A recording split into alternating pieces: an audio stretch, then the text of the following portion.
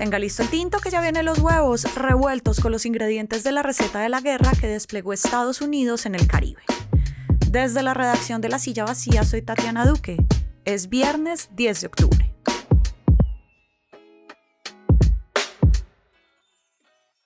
Son 4 los bombardeos del ejército de Estados Unidos a lanchas en el Caribe desde hace un mes, al menos de los que son públicos. Las estimaciones hablan de 21 personas muertas que iban en esas embarcaciones y al menos en uno de esos ataques habrían muerto colombianos, según dijeron fuentes oficiales al New York Times ayer. El gobierno de Donald Trump no revela las identidades de los lancheros, solo dice que pretendían entrar drogas a su país. Bajo esa premisa, le informó al Congreso que hay un conflicto armado con carteles del narcotráfico y que estos están atacando a los Estados Unidos. En esa tesis hay muchas dudas, sobre todo porque los carteles no tienen la misma lógica de actuar como lo hacen grupos armados con los que sí hay conflicto, como el ELN o las disidencias en Colombia. Así que hoy hablamos de lo que pretende Estados Unidos en el Caribe y por qué los gobiernos del continente no han dicho mucho al respecto. Juan Papier es el subdirector para las Américas de Human Rights Watch, una ONG internacional que vela por el cumplimiento de los derechos humanos. Muchas gracias por volver por acá. Muchas gracias por la invitación. ¿Qué significa realmente que Estados Unidos declare un conflicto armado con los carteles del narcotráfico? ¿A qué se refiere con eso? Tatiana, este es un tema que tiene algunos ángulos complejos y en el que Estados Unidos ha dado algunos argumentos que creo que son falsos o supremamente débiles. Entonces, es importante empezar estableciendo las consecuencias legales de forma clara. No existe un conflicto armado entre Estados Unidos y los carteles de la droga. Los bombardeos que ha hecho Estados Unidos, al parecer, contra 4 lanchas en el Caribe son ilegales desde el punto de vista del derecho internacional. Y las muertes de lo que serían 21 personas en esas lanchas constituyen ejecuciones extrajudiciales bajo el derecho internacional. Ahora, como dices, Estados Unidos ha dado señales de que pretende invocar la existencia de un supuesto conflicto armado no internacional contra carteles de la droga.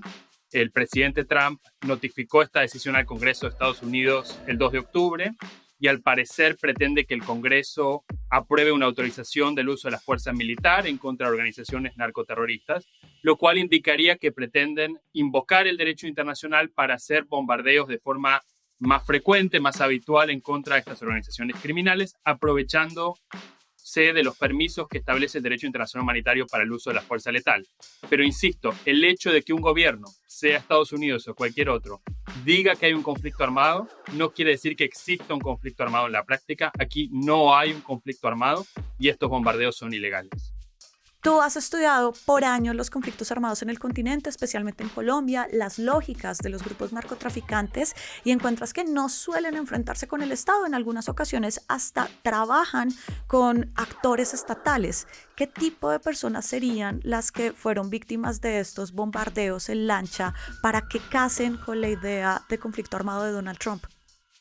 No sabemos quiénes son estas 21 personas. En algunos de los casos el gobierno de Trump ha dicho que se trata de personas afiliadas al Tren de Aragua, que como sabemos es una organización criminal venezolana.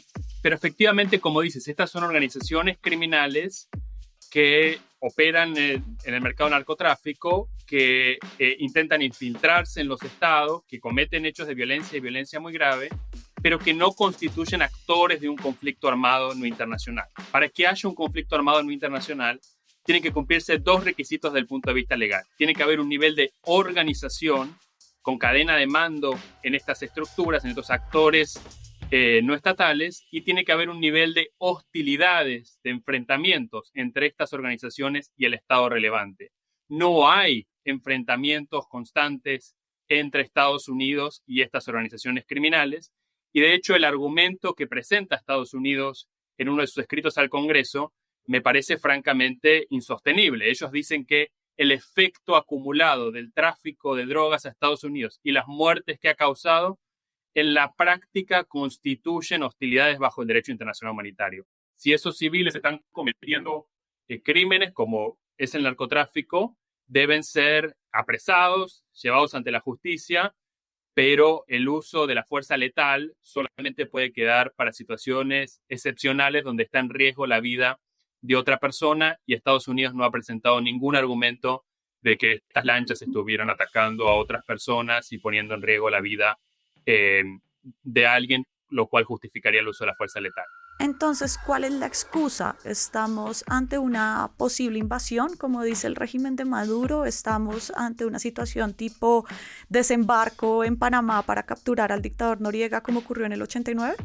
No lo sabemos. He tenido reuniones en el Departamento de Estado sobre este tema y me dicen la ambigüedad es parte del plan. Ese es el mensaje que me dan funcionarios del Departamento de Estado. Lo que sí sabemos es que hay cerca de 6.500 miembros de las fuerzas militares americanas desplegados en el Caribe y que hoy los expertos militares dicen que la cantidad de barcos y de funcionarios de la Marina en la zona no son propios de una operación contra el crimen organizado o para la interdicción de drogas. Pero sí hay que decir que esto que estamos viendo es consistente con algunas políticas generales de la administración Trump.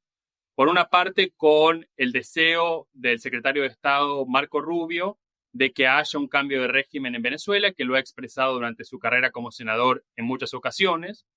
Por otra parte, es consistente con los esfuerzos por deportar de forma masiva a venezolanos en los Estados Unidos que se han hecho invocando la ley de enemigos extranjeros, que es una ley que se aplica en contextos de conflicto armado y que facilita deportaciones de supuestas personas afiliadas a países con los que habría un conflicto armado.